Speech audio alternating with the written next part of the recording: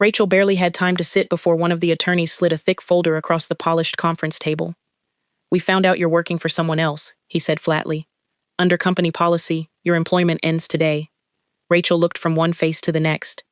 3 attorneys, an HR director, her company laptop sealed inside an evidence bag.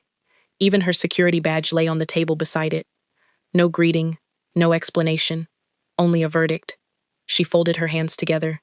"Who told you that?" "We're not discussing sources." "So you've already decided. The evidence is sufficient." One attorney opened the folder, revealing printed calendar entries, email headers, meeting schedules, and records of encrypted communications.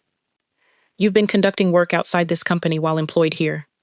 Rachel recognized every document immediately, not because they proved she'd done anything wrong, because they belonged to something they should never have been looking at. For just a fraction of a second, she considered speaking.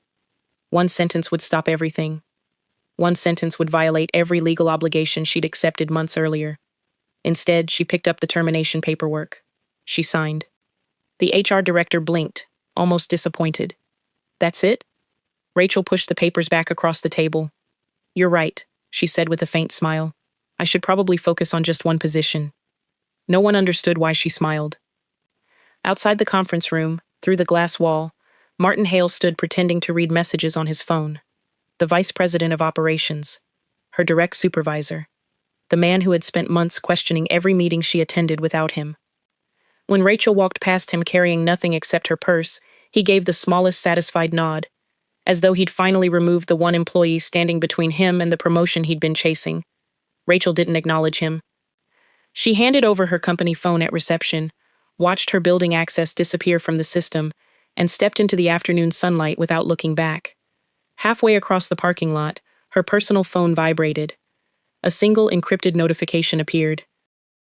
"Status update required, within 72 hours. She read it once, locked the screen, then smiled for the first time that day. 3 hours earlier, Rachel had walked into the legal department, expecting nothing more serious than a document review. The invitation had seemed routine. "Please stop by conference room B at 10 a.m. No explanation, no urgency. She hadn't thought twice about it, until her security badge failed at the executive floor entrance. A security officer quietly escorted her inside without saying a word. That had been the first sign something was terribly wrong. The second was seeing her laptop sealed in evidence packaging before she even entered the room. Now, as she drove home, every strange interaction from the past several months replayed in her mind. Martin demanding to know why she'd been invited into confidential executive meetings. Martin insisting she forward files she repeatedly told him she couldn't access on his behalf. Martin accusing her of acting above her pay grade. At the time, she'd assumed he was simply territorial. Now she realized he'd been trying to uncover something he wasn't supposed to know existed. Back at headquarters, Martin wasted no time. By lunchtime, trusted managers were already congratulating him. "I heard legal finally caught her. I always wondered why she acted so secretive.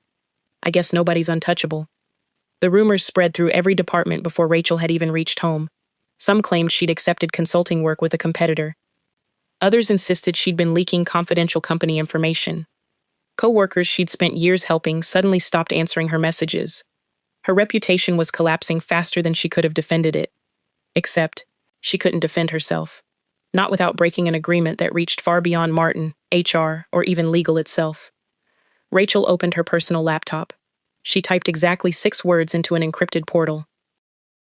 "Termination completed. Awaiting further instruction."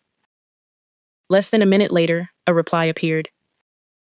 "Do nothing. Continue following protocol. They'll expose themselves first." Rachel stared at the message.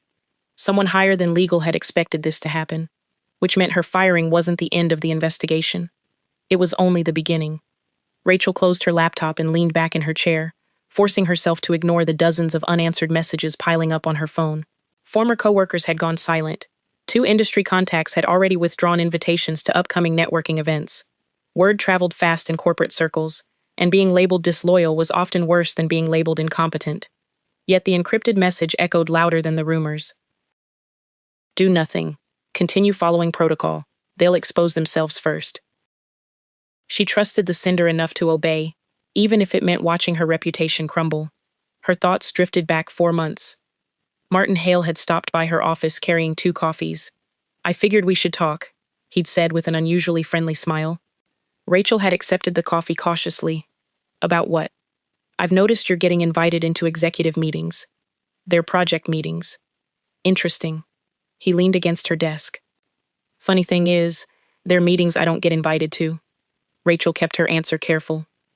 "I'm only attending because I was asked." "By who?" "I can't discuss that." Martin laughed softly. "You know, Rachel, confidentiality is one thing. Acting like you're more important than your department is another." She had simply returned to reviewing a compliance report. "I really can't say anything else." The friendliness disappeared from his face. "I don't like employees keeping secrets from leadership." Rachel had looked up. "I'm not keeping secrets from leadership." Martin narrowed his eyes, clearly hearing something different than what she'd actually said. The conversations only became more aggressive after that. Martin began requesting copies of documents Rachel had no authority to share. "I'll need the files before tomorrow." "I can't release them." "Can't? Legally." He folded his arms. "You're telling me I don't have clearance inside my own company?" "I'm saying I don't control the permissions." Every refusal seemed to irritate him more. He questioned why she attended secure conference calls. He demanded to know why calendar invitations showed only encrypted meeting titles.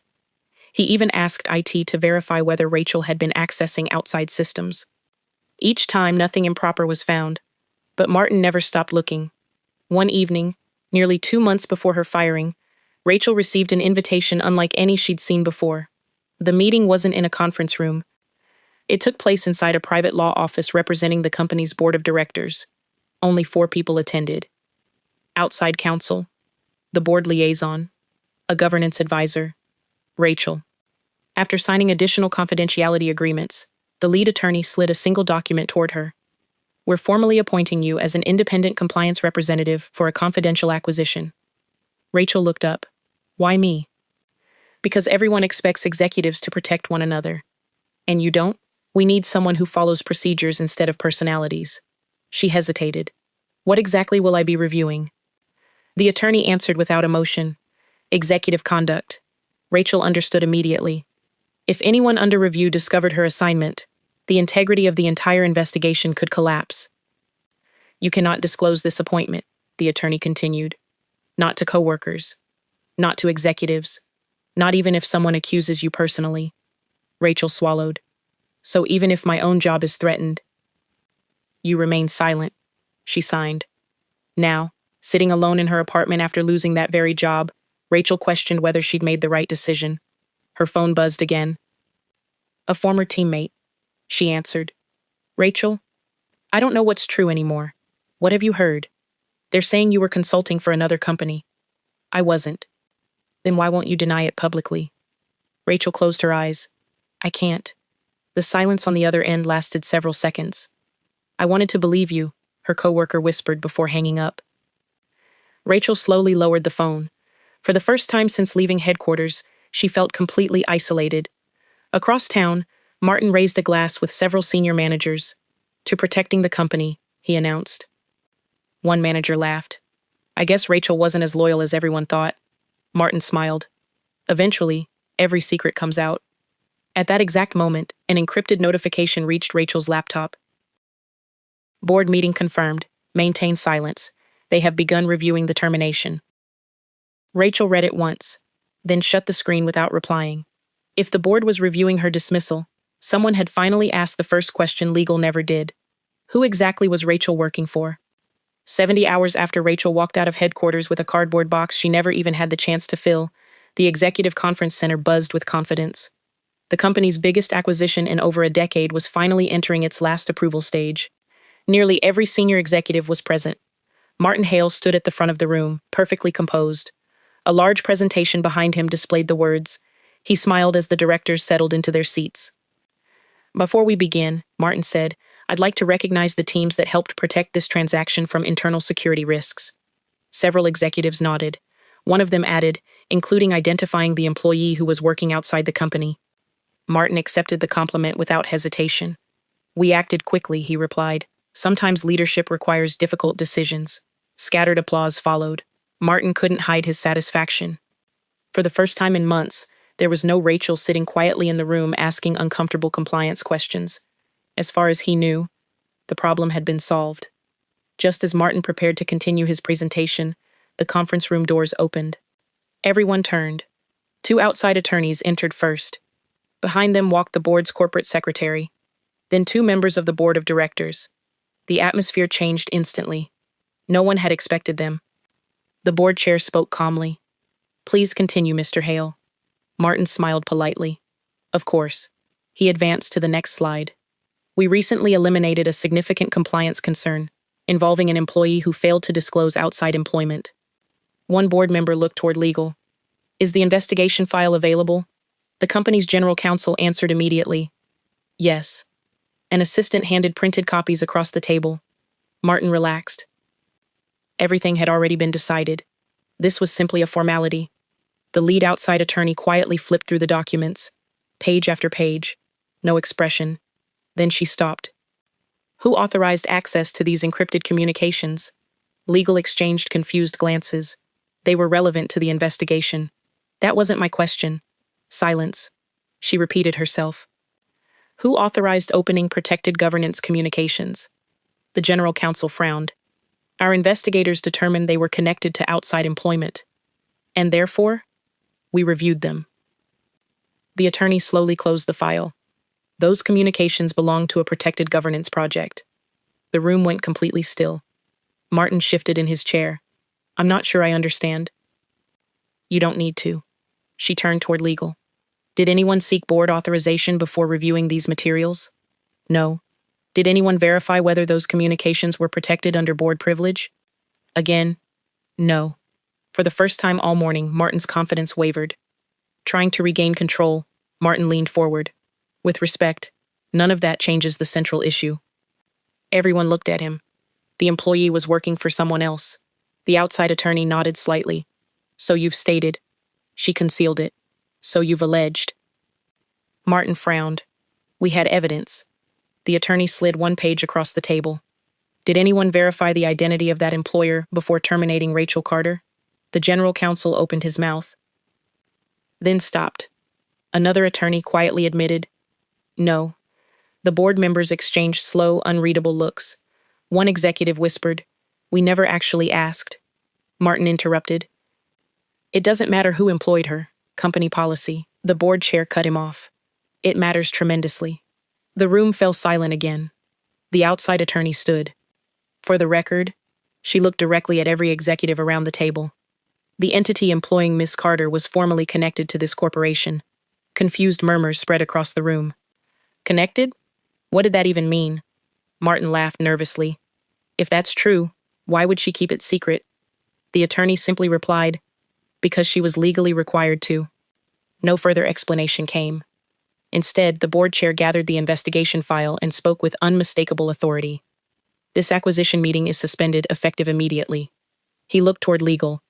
"Seal every document related to Rachel Carter's termination." Then he looked at security. "No electronic records are to be altered." Martin stared in disbelief. "What is happening?" No one answered him. The board members walked out together with the outside attorneys, leaving an entire room of executives whispering in confusion. For the first time since Rachel had been fired, Martin realized the investigation might not be over. It might only be beginning. Chapter 3.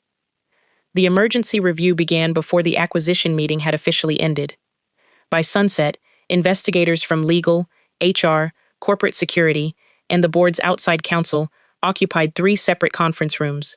Every email, security log, badge record, and document request connected to Rachel Carter's termination was placed under preservation orders. No one was looking for another employee anymore. They were looking for the decision that had led to her dismissal. "Start with the access logs," the lead investigator instructed. An IT analyst projected weeks of security records onto a large screen. "Here's something." Everyone leaned forward. The analyst highlighted a series of entries. Vice President Martin Hale repeatedly searched restricted project directories. How often? 23 separate attempts over 6 weeks. Were the requests approved? No. Another analyst opened the company's document management history. Every time Ms. Carter attended a restricted meeting, Mr. Hale requested access within 24 hours. The room fell silent. Someone quietly asked. So he wasn't investigating Rachel? He was trying to discover what she had access to. Corporate security uncovered another timeline. Martin had submitted formal complaints to HR claiming Rachel was refusing executive directives. He accused her of withholding documents, ignoring management, acting outside her authority. Each complaint appeared shortly after Rachel declined one of his requests for confidential material. Outside counsel looked at the sequence. He kept creating pressure every time she followed protocol. Legal shifted uneasily. Until now, they'd treated Martin's complaints as independent concerns. Instead, they formed a pattern. Another investigator opened Martin's emails. I think we found something. On the screen appeared a message Martin had sent to the general counsel 2 days before Rachel's termination. We can't allow sensitive projects to move forward while questions remain about Carter's outside employment. Immediate action is in the company's best interest. A second email followed only hours later. The longer she stays, the greater the operational risk. One attorney slowly removed his glasses. He wasn't asking us to investigate. He was pushing us toward a conclusion. No one argued. Legal had accepted Martin's version of events without verifying the central claim. Meanwhile, Rachel remained exactly where the board had instructed her to stay. Home. She ignored interview requests from recruiters. She declined to answer messages from former coworkers. Every few hours, she received a short encrypted update. Investigation continuing. Maintain confidentiality. Nothing more. Friends urged her to defend herself publicly. You can't just let everyone believe these rumors. Rachel shook her head. If I speak now, I compromise something bigger. Even she didn't know how close the investigation was to reaching its turning point. The following morning, the board convened an emergency governance session. Martin arrived wearing the confidence of someone convinced procedure would protect him. He reviewed his notes one final time. They can't prove intent, he muttered to himself. Inside the boardroom, outside counsel placed a single sealed folder before the chair. This was recovered from protected governance archives. The chair opened it carefully. Inside lay the original appointment authorization Rachel had signed 4 months earlier. The document carried board signatures, outside counsel's signature, the corporate seal, and one date, a date that came weeks before Martin had filed his very first complaint against Rachel. Everything changed. Every confidential meeting, every encrypted calendar invitation, every document she refused to share, every accusation Martin had made. None of it pointed to secret outside employment. It pointed to one confidential assignment. Rachel had been serving as the board's independent compliance representative overseeing governance during the acquisition, including executive conduct inside Martin's own division. Martin stared at the authorization, his face draining of color. The investigation he'd spent months trying to stop had never been about Rachel. It had been examining him. Before anyone spoke another word, the boardroom doors opened. Every head turned. The board chair looked toward the entrance and said quietly, Rachel has arrived. The boardroom fell silent as Rachel stepped inside. She wasn't carrying a laptop or a stack of reports, only a slim leather folder. Martin watched her carefully, searching for the uncertainty he'd expected to see after her dismissal. It wasn't there. Rachel nodded respectfully to the board members before taking the only empty seat at the table. The board chair spoke first. Miss Carter, thank you for coming, Rachel answered calmly. I came because confidentiality restrictions have now been lifted. Martin leaned forward. What confidentiality? The chair looked toward outside counsel. You may proceed. The lead attorney opened the leather folder and removed a signed appointment letter. This document was executed 4 months ago. Copies were distributed around the room. Several executives frowned as they read the heading. The attorney continued. Rachel Carter was appointed directly by the board to oversee governance compliance during the pending acquisition. One executive looked up in disbelief. Reporting to the board? Correct. Not operations? No. Not legal? No. Then who exactly employed her? The attorney answered without hesitation. The board of directors through its independent governance office. Every eye slowly turned toward Martin. Rachel hadn't been working for another company. She had been working for the highest governing authority inside the same company. Martin immediately stood. This is ridiculous. No one told me. Outside counsel remained composed. They weren't permitted to. Martin pointed toward Rachel. She deliberately hid this. Rachel finally spoke. I never denied having another position. Martin frowned. You let everyone assume. You never asked who that position was. The room fell quiet again. Rachel looked toward legal. The first question I asked during my termination meeting was, who told you that? She paused. No one ever asked me who I was supposedly working for. The general counsel lowered his eyes. He remembered the meeting perfectly. Rachel had given them every opportunity to slow down. Instead, they rushed forward. Outside counsel continued reviewing the investigation timeline. The board established this confidential assignment because the acquisition required independent oversight. Another executive asked. Oversight of what? Executive conduct. She clicked a remote. A screen behind her displayed months of audit findings, unauthorized access requests, repeated attempts to obtain restricted documents, pressure placed on employees handling protected information. Every incident pointed toward one department. Martin's. Rachel hadn't been investigating financial fraud. She had been documenting patterns of executive interference with confidential governance procedures. Martin's repeated attempts to access restricted files had triggered the very review he never knew existed. The more he tried to expose Rachel, the more evidence he created against himself. Outside counsel displayed another document, an email Martin had sent to legal. We need Carter removed before these sensitive projects continue. She displayed another. Psst. She's becoming a liability. Then another. Don't wait for additional review. Act now. The board chair folded his hands. Mr. Hale, were you attempting to remove the employee assigned to review your own conduct? Martin hesitated. I was protecting the company. The evidence suggests otherwise. He looked around the room, searching for support. None came. Executives who had applauded him only days earlier avoided eye contact. The confidence that had filled the acquisition meeting disappeared completely. The general counsel stood and faced Rachel. I owe you an apology. Rachel remained silent. We accepted assumptions instead of verifying facts. We relied on incomplete information. We terminated an employee without asking the most important question. Rachel nodded once. I understood why. Several attorneys looked surprised. You did? You believed you were protecting the company. She glanced briefly toward Martin. The problem was deciding who the threat actually was. No one argued. Corporate security entered with its final report. Independent investigators concluded Martin had intentionally manipulated the outside employment allegation to remove the person examining irregularities within his division. His repeated complaints, his pressure on legal, his attempts to access protected files. Together, they established a clear pattern of misconduct and abuse of authority. The board voted immediately. Martin's employment was terminated for cause. His pending promotion was permanently withdrawn. His executive bonus was canceled. Future industry references would accurately reflect the findings of the investigation. Martin collected his belongings without another word. The same hallway where he had watched Rachel leave just 3 days earlier became the path he walked alone. No one followed him. Legal leadership also faced consequences.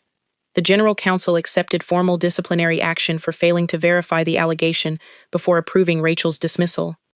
The company introduced new investigation procedures requiring independent verification whenever confidential governance assignments might be involved. No employee could again be terminated based solely on assumptions surrounding protected board work.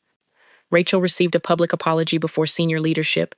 The company also reached a substantial settlement for her wrongful termination. More important to Rachel than the financial compensation was the restoration of her reputation. Co-workers who had believed the rumors personally apologized. Several admitted they had judged her silence as guilt instead of professionalism. Rachel accepted their apologies without bitterness. I don't expect people to know everything, she told them. I only hope they'll ask one more question before deciding. 3 months later, the acquisition successfully closed.